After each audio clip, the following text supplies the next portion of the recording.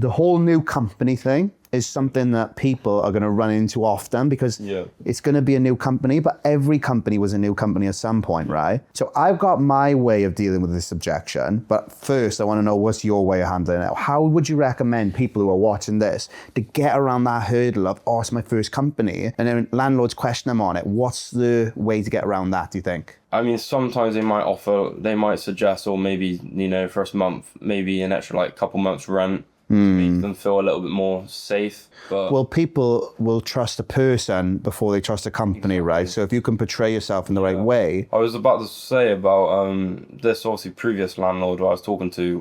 We ended up obviously meeting his brother, his son, sorry. And I started kind of just talking to him about like day-to-day life before we ended up closing the deal. We had a lot in common. And I feel like we were getting on well, we were joking, and then obviously we ended up sorting something out. So yeah, 100%, if you're a new company, definitely try and get to know the person you're trying to close the deal with as much as possible. And one thing I like to do is I like to turn the objection into a positive. So I say, yeah, of course we're a new company, but we've spent a lot of money on systems and our training to make sure that this is going to run really smoothly. And because it's our first one, as opposed to having 50 of them, that means we're going to be able to put 100% of our attention into this property as opposed to trying to spread it thin. That was a good way. And then I would just finish off with a question like, oh, how soon would you be looking to get started if this was a good fit for you?